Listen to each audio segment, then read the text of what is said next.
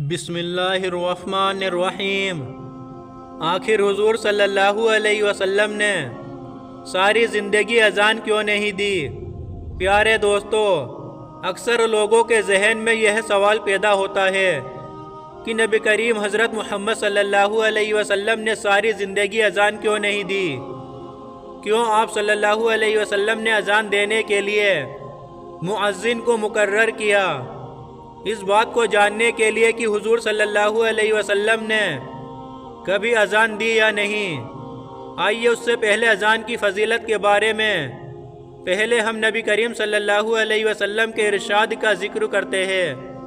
اذان اسلام کا شعار ہے اور اس کی اہمیت اور عظمت مسلم ہے، اور مؤذن کا بھی بہت اونچا مقام ہے۔ احادیث میں مؤذن کی فضیلت کے سلسلے میں بہت ساری روایتیں وارد ہیں۔ چند روایتیں ملاحظہ ہو۔ حضرت عبد الرحمن بن ابی سہسہ کہتے ہیں کہ مجھے ابو سعید خدری رضی اللہ عنہ نے یہ فرمایا کہ میں دیکھتا ہوں کہ تمہیں بکریوں اور جنگل میں رہنا پسند ہے، اس لیے جب تم جنگل میں اپنی بکریوں کو لیے ہوئے موجود ہو اور نماز کے لیے اذان دو تو تم بلند آواز سے اذان دیا کرو، کیونکہ جنوں بلکہ تمام ہی چیزیں جو مؤذن کی آواز سنتی ہے قیامت کے دن اس پر گواہی دیں گی۔ حضرت ابو سعید رضی اللہ عنہ نے فرمایا کہ میں نے نبی کریم صلی اللہ علیہ وسلم سے سنا ہے۔ حضرت عبداللہ بن عمر کی ایک روایت میں ہے کہ جہاں تک مؤذن کی اذان کی آواز پہنچتی ہے وہاں تک کہ وہ تمام چیزیں جو اس کی اذان سنتی ہے سب اس کے لیے مغفرت کی دعائیں کرتی ہے۔ حضرت ابو ہریرہ رضی اللہ عنہ سے مروی ہے کہ نبی کریم صلی اللہ علیہ وسلم کا ارشاد پاک ہے کہ مؤذن کے گناہ جہاں تک اس کی اذان کی آواز جاتی ہے وہاں تک معاف کر دیے جاتے ہیں۔ اس سے مراد ہے کہ جہاں تک اذان کی آواز جاتی ہے مؤذن کے گناہ اس سے بھی وسیع ہو جائے تب بھی اللہ پاک مؤذن کے گناہوں کو معاف فرما دیتا ہے۔ جب مؤذن اذان دیتا ہے اور جس کو وہ آواز سنائی دیتی ہے وہ سب روز قیامت مؤذن کے گناہوں کی بخشش کا ذریعہ بنے گے، وہ گواہی دیں گے۔ رسول اللہ صلی اللہ علیہ وسلم نے فرمایا قیامت کے دن اللہ پاک مؤذن کی گردن کو تمام مخلوق سے بلند فرما دے گا۔ مطلب یہ ہے کہ اللہ پاک مؤذن کو قیامت کے دن بہت اونچا مقام عطا کرے گا۔ حضرت عبداللہ بن عباس رضی اللہ عنہ سے روایت ہے کہ نبی کریم صلی اللہ علیہ وسلم نے ارشاد فرمایا جو شخص ثواب کی امید رکھتے ہوئے 7 سال تک اذان دے تو اس کے لیے جہنم سے خلاصی لکھ دی جاتی ہے۔ حضرت برا بن عازب رضی اللہ عنہ سے مروی ہے کہ نبی اکرم صلی اللہ علیہ وسلم نے ارشاد فرمایا اس میں کوئی شک نہیں کہ اللہ پاک پہلی صف پر کھڑے ہوئے نمازیوں کے لیے بے شمار رحمتوں کا نزول فرماتا ہے۔ اللہ پاک مؤذن کے ایسی نسبت سے گناہوں کو معاف فرما دیتا ہے۔ مؤذن اپنی بلند آواز سے اذان دے جتنی دور تک اس کی اذان کی آواز جاتی ہے جو بھی جاندار اور بے جان اس کی اذان کو سنتے ہیں وہ مؤذن کی مغفرت کے لیے دعا کرتے ہیں اور اللہ سے اس کے گناہوں کی معافی کے لیے دعا کرتے رہتے ہیں۔ مؤذن کی اذان پر جتنے نمازی نماز ادا کرتے ہیں اللہ پاک ان نمازیوں کے ثواب کے برابر مؤذن کو ثواب عطا کرتا ہے۔ ایک روایت میں ہے کہ مؤذن کی ہر اذان کے بدلے 60 نیکیاں لکھ دی جاتی ہے، ہر اقامت کے بدلے میں 30 نیکیاں لکھی جاتی ہے۔ حضرت عبداللہ بن عمر رضی اللہ عنہ سے مروی ہے کہ حضور محمد صلی اللہ علیہ وسلم نے فرمایا 3 لوگ ایسے ہوں گے جن کو قیامت کی سختی برداشت نہیں کرنی پڑے گی، یہ 3 شخص بغیر حساب کتاب کے جنت میں داخل کر دیے جائیں گے۔ جب اللہ پاک اپنی مخلوق سے حساب کتاب لے رہا ہوگا تو یہ 3 شخص مسکو کے ٹیلوں پر بیٹھ کر آرام کر رہے ہوں گے۔ ان میں سے ایک وہ شخص کا ذکر ہے جس نے اللہ کی رضا حاصل کرنے کے لیے قرآن پاک کی تلاوت کی اور اس طرح سے امامت کی کہ مقتدی اس سے خوش ہو جائے۔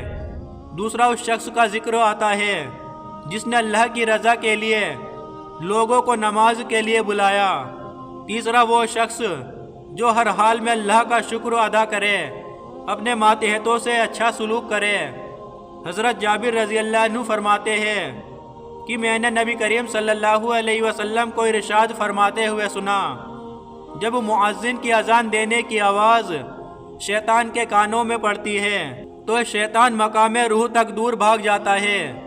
حضرت سلیمان فرماتے ہیں میں نے حضرت جابر سے مقام روح کے بارے میں دریافت کیا، انہوں نے فرمایا کہ مقام روح مدینہ سے 36 میل دور پر واقع ہے۔ حضرت ابو ہریرہ رضی اللہ عنہ نے فرمایا کہ میں نے رسول خدا صلی اللہ علیہ وسلم کو فرماتے ہوئے سنا کہ جب مؤذن نمازیوں کو بلانے کے لیے اذان دیتا ہے تو اذان کی آواز کان میں پڑتے ہی شیطان دم دبا کر بھاگ جاتا ہے تاکہ وہ اذان کو نہ سنے۔ جب اذان ختم ہو جاتی ہے تو شیطان واپس اپنے ٹھکانے پر آ جاتا ہے۔ جب اقامت کہی جاتی ہے تو شیطان پھر بھاگ جاتا ہے۔ جب اقامت ختم ہو جاتی ہے تو شیطان پھر واپس آ جاتا ہے تاکہ نمازیوں کے دل میں وسوسہ ڈالے، نمازیوں کو نماز سے بہکانے کے لیے ہر طرح کی کوشش کرتا ہے۔ شیطان نمازیوں کے دل میں ایسی ایسی باتیں ڈال دیتا ہے کہ ان کو یہ یاد نہیں رہتا کہ انہوں نے کتنی رکعت ادا کر لی ہے۔ حضرت ابو ہریرہ رضی اللہ عنہ سے مروی ہے کہ نبی کریم صلی اللہ علیہ وسلم نے فرمایا کہ اگر لوگوں کو اذان اور پہلی صف میں کھڑے ہو کر نماز ادا کرنے کا ثواب معلوم ہو جائے تو نمازیوں کو پہلی صف پر کھڑے ہونے کے لیے قرآن اندازی کرنی پڑے۔ حضرت ابو ہریرہ رضی اللہ عنہ سے مروی ہے کہ ہم نبی اکرم کے ہمراہ تھے، مثلا حضرت بلال اذان دینے کے لیے کھڑے ہوئے، حضرت بلال نے اذان ختم کی تو حضرت محمد صلی اللہ علیہ وسلم نے فرمایا جب اذان ہوتی ہے جو شخص یقین کے ساتھ اذان کے لفظوں کو دہراتا ہے تو اللہ پاک اذان کے لفظوں کو دہرانے والے کو جنت میں اعلیٰ مقام عطا کرے گا۔ حضرت عبداللہ بن عمر رضی اللہ عنہما فرماتے ہیں کہ ایک شخص نبی اکرم صلی اللہ علیہ وسلم سے کہنے لگا، اللہ کے نبی، اذان پڑھنے والے ہم سے زیادہ ثواب حاصل کر لیتے ہیں، کیا کوئی ایسا طریقہ ہے کہ ہم کو بھی اذان دینے کی فضیلت حاصل ہو سکے؟ اس کی بات سن کر نبی کریم صلی اللہ علیہ وسلم نے فرمایا، تم بھی مؤذن کے پیچھے وہی الفاظ دہرایا کرو جو مؤذن پڑھ رہا ہوتا ہے۔ جب تم اذان کو دہرا چکے ہو تو جو دعا مانگو گے اللہ تعالیٰ تمہاری دعا کو رد نہیں کرے گا۔ پیارے دوستو، آئیے اب بات کرتے ہیں کہ نبی کریم حضرت محمد صلی اللہ علیہ وسلم نے زندگی بھر اذان دی یا نہیں۔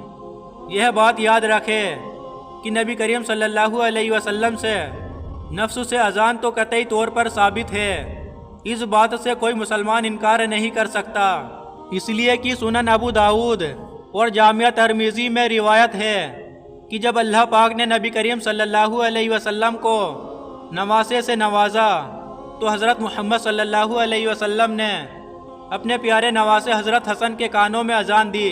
لیکن کیا نبی کریم صلی اللہ علیہ وسلم نے کبھی نماز کے لیے اذان دی؟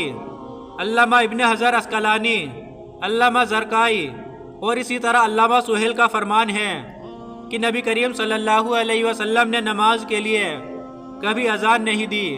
ان کا کہنا ہے کہ نبی اکرم صلی اللہ علیہ وسلم کا ساری زندگی اذان نہ دینے کا مسئلہ نبی کریم صلی اللہ علیہ وسلم کا خصائص میں ہے۔ خلاصہ یہ ہے کہ نو مولود بچے کے کان میں اذان دینا نبی کریم صلی اللہ علیہ وسلم سے قطعی طور پر ثابت ہے، لیکن نماز کے لیے رسول اللہ کا اذان دینا ثابت نہیں۔ ائمہ اکرام نے حضور صلی اللہ علیہ وسلم کی اذان نہ دینے کی وجہ یہ لکھی ہے کہ اگر حضور صلی اللہ علیہ وسلم کبھی نماز کے لیے اذان دیتے تو پھر آپ کے گلفام اور بعد میں آنے والے تمام اماموں کو بھی خود نماز کے لیے اذان دینی پڑتی، کیونکہ آپ کو منصب رسالت اور احکام شریعہ مثلا کفار سے قطار، لوگوں کے فیصلے کرنا وغیرہ اس سے بڑی ذمہ داری انجام دینا تھی جو اذان سے زیادہ اہم اور ضروری تھی۔ اگر نبی کریم صلی اللہ علیہ وسلم اذان دیتے اور جس کی بنا پر دوسرے اہم امور میں خلل پیدا ہونے کا اندیشہ تھا، اس لیے نبی اکرم صلی اللہ علیہ وسلم نے خود اذان نہیں دی۔ اگر ویڈیو اچھی لگی تو ویڈیو کو لائک، شیئر اور چینل کو سبسکرائب ضرور کریں۔